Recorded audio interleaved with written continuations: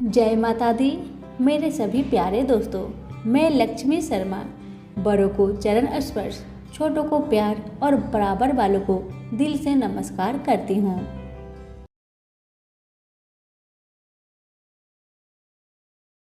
आज सुनिए शनि भगवान की व्रत कथा। प्रेम से बोलिए शनि महाराज की जय हो। कथा को पूरा सुनिएगा, अगर अच्छी लगे तो दूसरों को भी शेयर कीजिएगा। अब सुनिए कथा। पुराणों में शनि देव के जन्म की कई कथाएं मौजूद है, जिससे सबसे अधिक प्रचलित कथा स्कंद पुराण के काशी खंड में मौजूद है। कथा के अनुसार सूर्यदेव का विवाह राजा दक्ष की पुत्री संज्ञा के साथ हुआ था। सूर्यदेव और संज्ञा को 3 पुत्र वैश्वतमन, यमराज और यमुना का जन्म हुआ। सूर्यदेव का तेज काफी अधिक था, जिसे लेकर संज्ञा काफी परेशान रहती थी। वे सूर्यदेव की अग्नि को कम करने का उपाय सोचती रहती थी। सोचते सोचते उन्हें एक उपाय सूझा और उन्होंने अपनी एक हम शकल बनाई, जिसका नाम उन्होंने स्वर्णा रखा। स्वर्णा के कंधों पर अपने 3 बच्चों की जिम्मेदारी डालकर संज्ञा जंगल में कठिन तपस्या के लिए चली गई। संज्ञा की छाया होने के कारण सूर्यदेव को कभी स्वर्णा पर शक नहीं हुआ और स्वर्णा एक छाया होने के कारण उसे भी सूर्यदेव की तेज से कोई परेशानी नहीं हुई। उधर संज्ञा तपस्या में लीन थी। वही सूर्यदेव और स्वर्णा से 3 बच्चे मनु, शनिदेव और भद्रा का जन्म हुआ। हिंदू धर्म में यह कथा काफी प्रचलित है। कहा जाता है, एक बार भगवान सूर्यदेव पत्नी स्वर्णा से मिलने आए। सूर्यदेव के तप और तेज के आगे शनिदेव महाराज की आंखें बंद हो गई और वे उन्हें देख नहीं पाए। वही शनिदेव की वर्ण को देख भगवान सूर्य ने पत्नी स्वर्णा पर शक करते हुए कहा कि ये मेरा पुत्र नहीं हो सकता।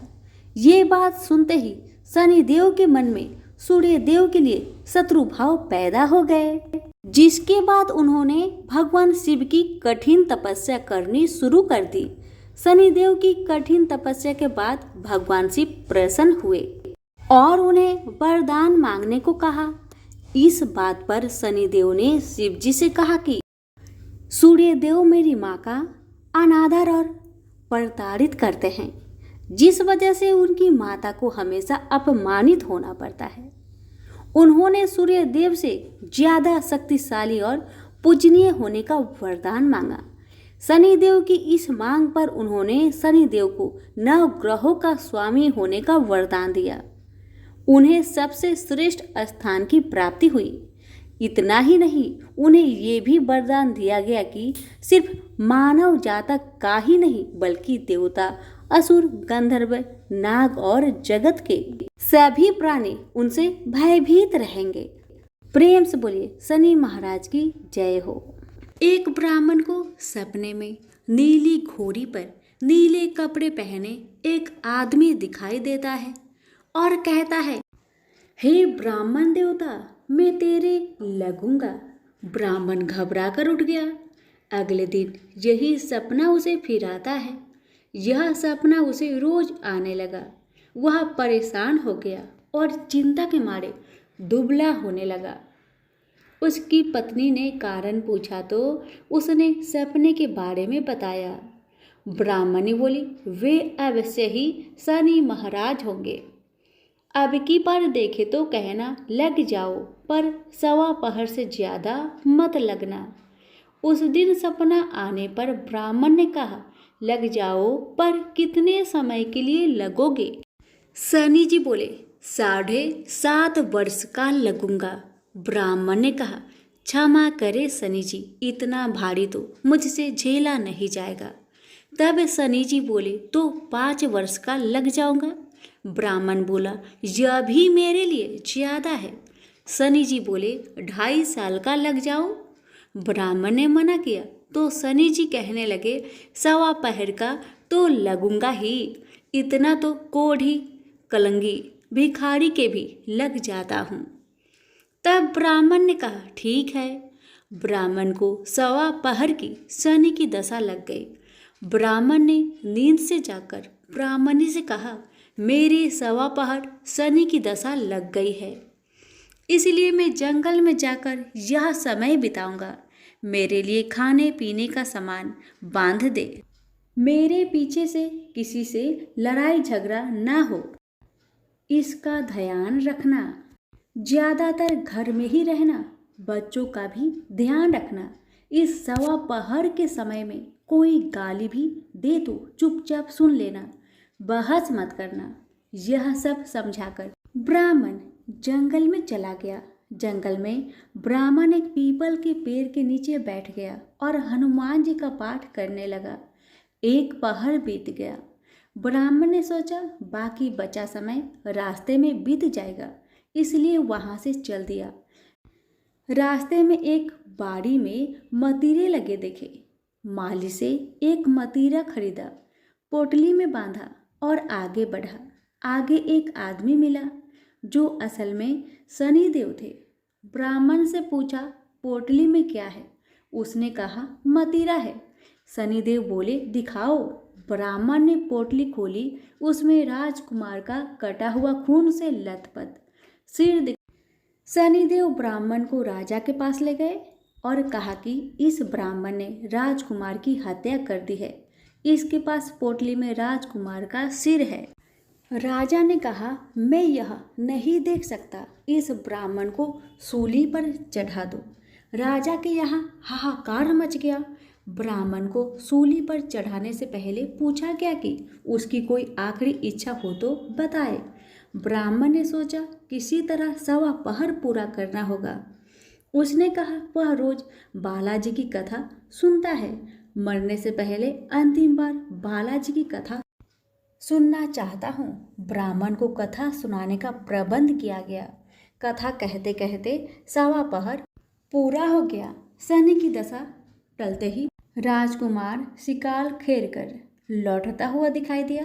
राजकुमार को आता देख राजा बहुत खुश हुआ, लेकिन उसे निर्दोष ब्राह्मण की हत्या का दोष लगने का डर सताने लगा।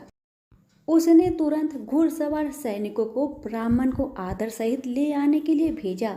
ब्राह्मण राज दरबार में आया तो राजा ने क्षमा मांगी और पोटली दिखाने के लिए कहा। पोटली खोली तो उसमें मतीरा था।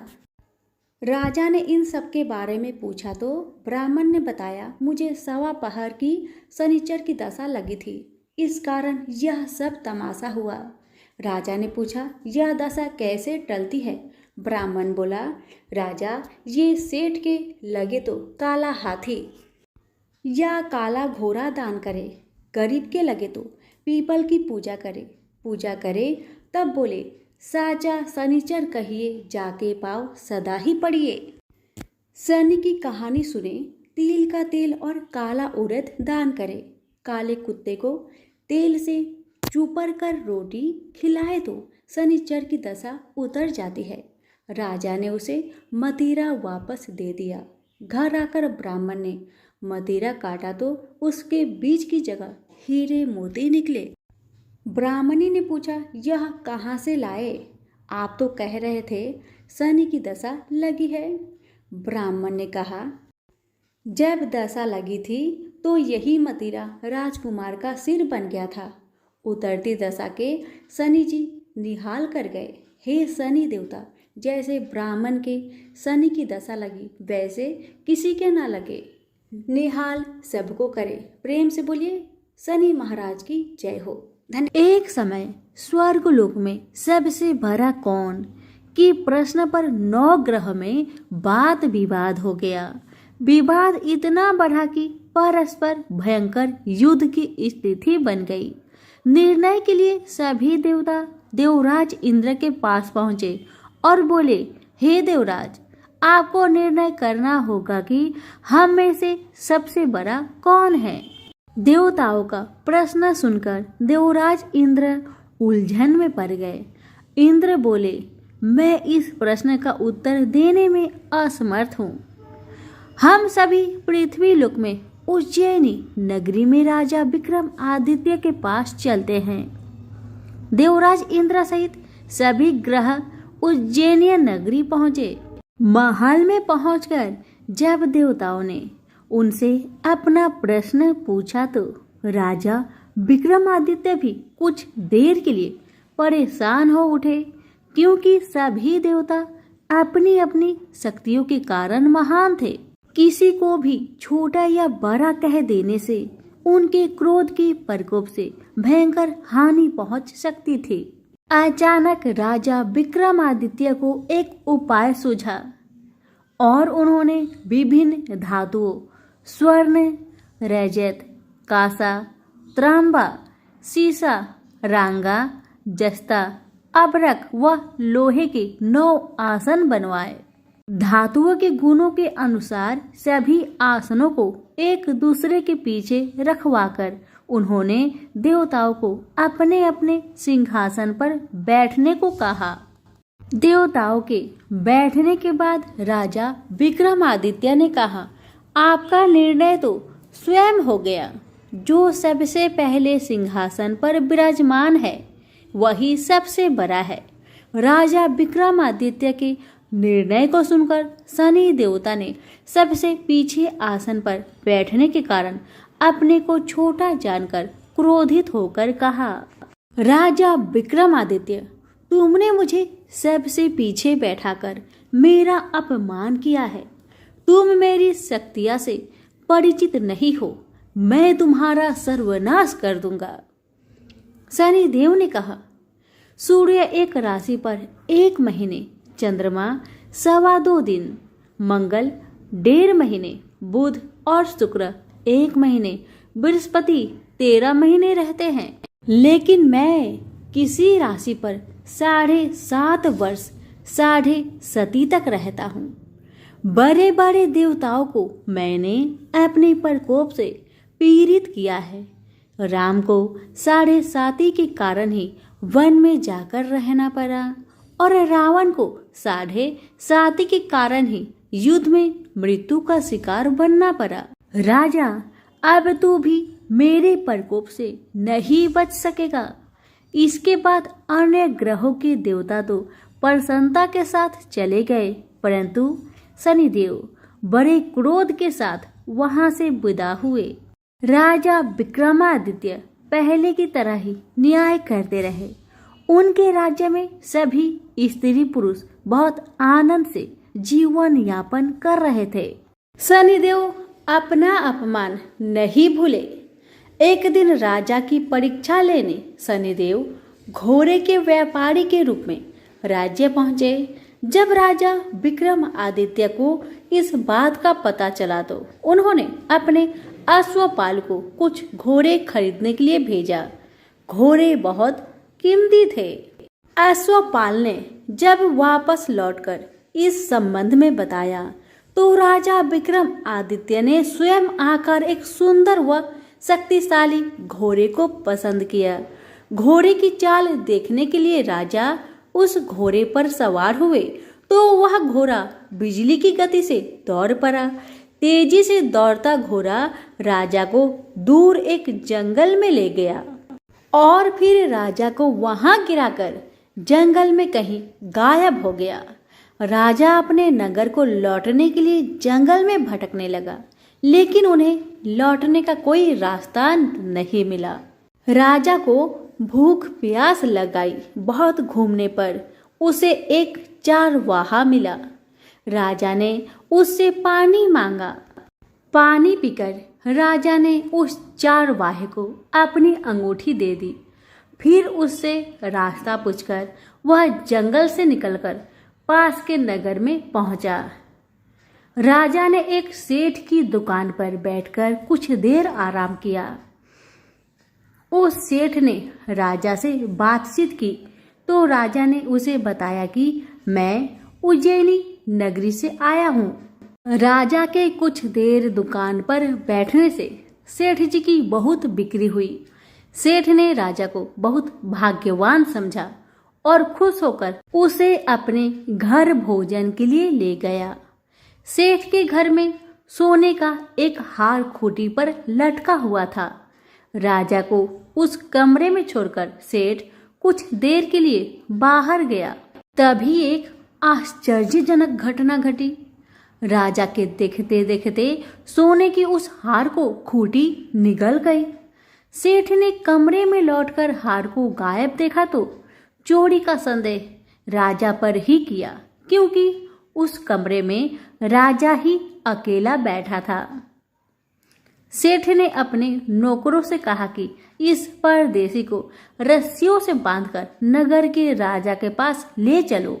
राजा ने विक्रमादित्य से हार के बारे में पूछा तो उसने बताया कि उसके देखते ही देखते खूंटी ने हार को निगल लिया था। इस पर राजा ने क्रोधित होकर चोरी करने के अपराध में विक्रमादित्य के हाथ पांव काटने का आदेश दे दिया। राजा विक्रमादित्य के हाथ पांव काटकर उसे नगर की सड़क पर छोड़ दिया गया। कुछ दिन बाद एक तेली उसे उठाकर अपने घर ले गया और उसे अपने कोल्हू पर बैठा दिया। राजा आवाज देकर बैलों को हाँकता रहता। इस तरह तेली का बैल चलता रहा और राजा को भोजन मिलता रहा।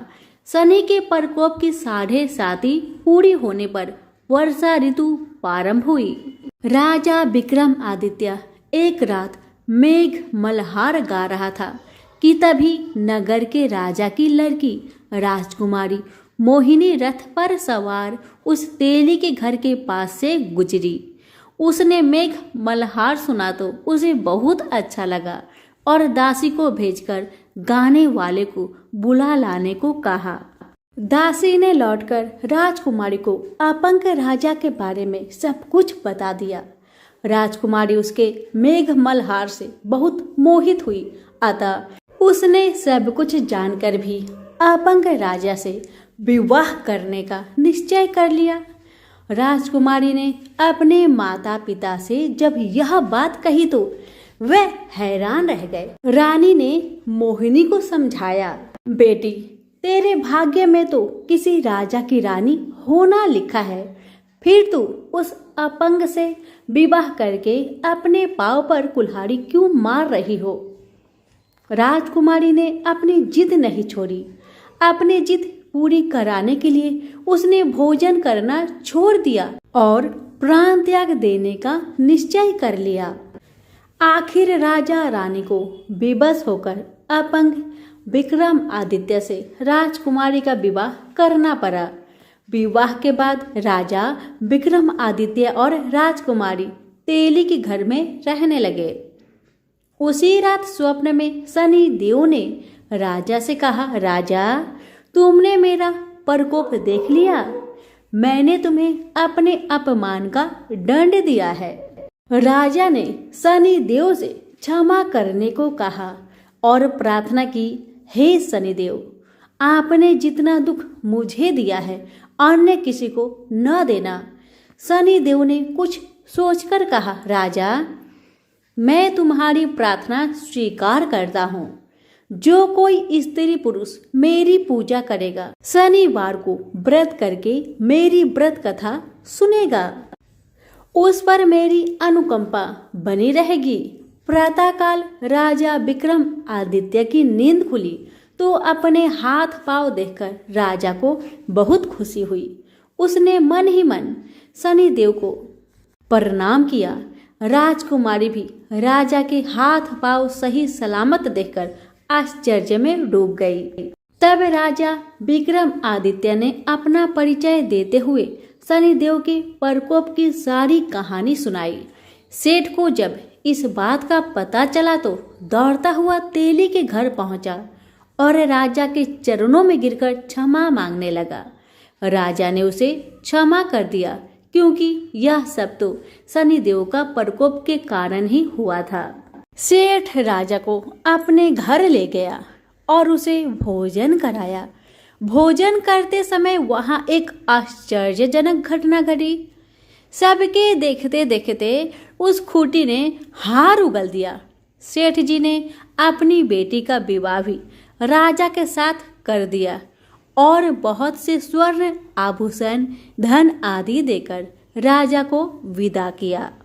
राजा विक्रमादित्य राजकुमारी मोहिनी और सेठ की बेटी के साथ उज्जैनी पहुंचे तो नगर वासियों ने हर्ष से उनका स्वागत किया।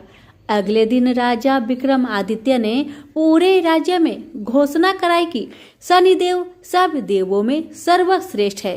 प्रत्येक स्त्री पुरुष शनिवार को उनका व्रत करे और व्रत कथा अवश्य सुने। राजा विक्रमादित्य की घोषणा से शनिदेव बहुत प्रसन्न हुए। शनिवार का व्रत करने और व्रत कथा सुनने के कारण सभी लोग की मनोकामनाएं शनिदेव की अनुकंपा से पूरी होने लगी। सभी लोग आनंद पूर्वक रहने लगे। तो प्रेम से बोलिए शनि भगवान की जय हो। कथा अच्छी लगे तो लाइक शेयर करना बिल्कुल ना भूले। आप सभी का बहुत बहुत धन्यवाद।